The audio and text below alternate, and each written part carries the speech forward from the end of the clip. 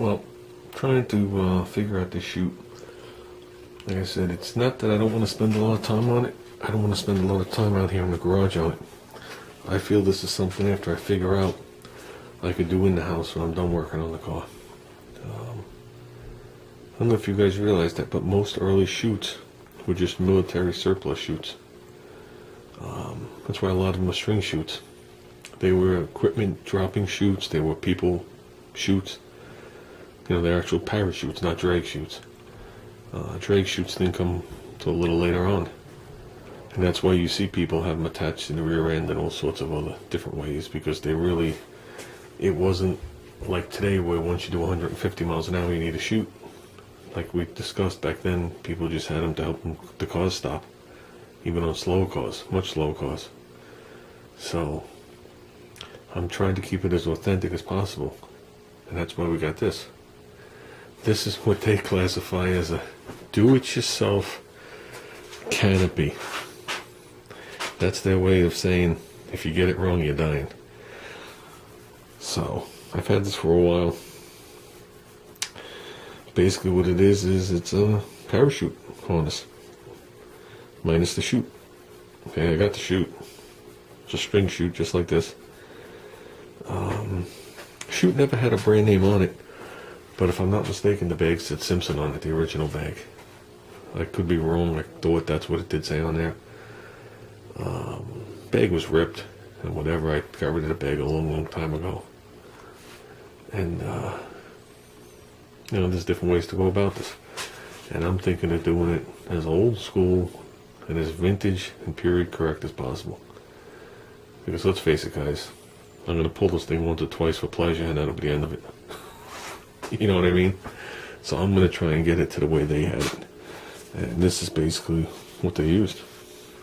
This thing here even has, I opened it up once. If you go into this,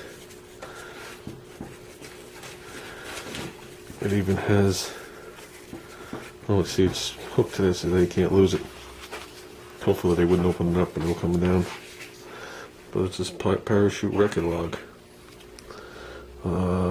This one is June of '79, so it's definitely not as old as or whatever. Has the people's number on there. I remember going through here and reading, you know, I guess who packed it and whatever, and there are the dates. And what does that say on the front here? 79, that says 90, 97. Well, no, 90, 92, 93, 94, 95. That's people's bag number, initials, names, and whatever. I think there's more on the other pages. So, forgot how long it is. It's pretty long. So I'm going to lay it out, see if the cords have to be cut. They definitely don't have to be shortened. How many cords we're going to use is definitely going to be determined by how many I need for the chute. And it easily, I can see each section's easily removable. The way they lash together and whatever. And it still gives me the nice eyelets to hook it. So, a lot of cord. I think there's 32 lines. I don't think my chute will require 32 lines. I think that's what it said. I just read the paper again, 32 lines. But basically what I'd like to do is, where these split, right before that, okay, is where the loop's going to be under the bumper. Okay, because you can't have, I don't want this through the loop. I mean, I could have it that way.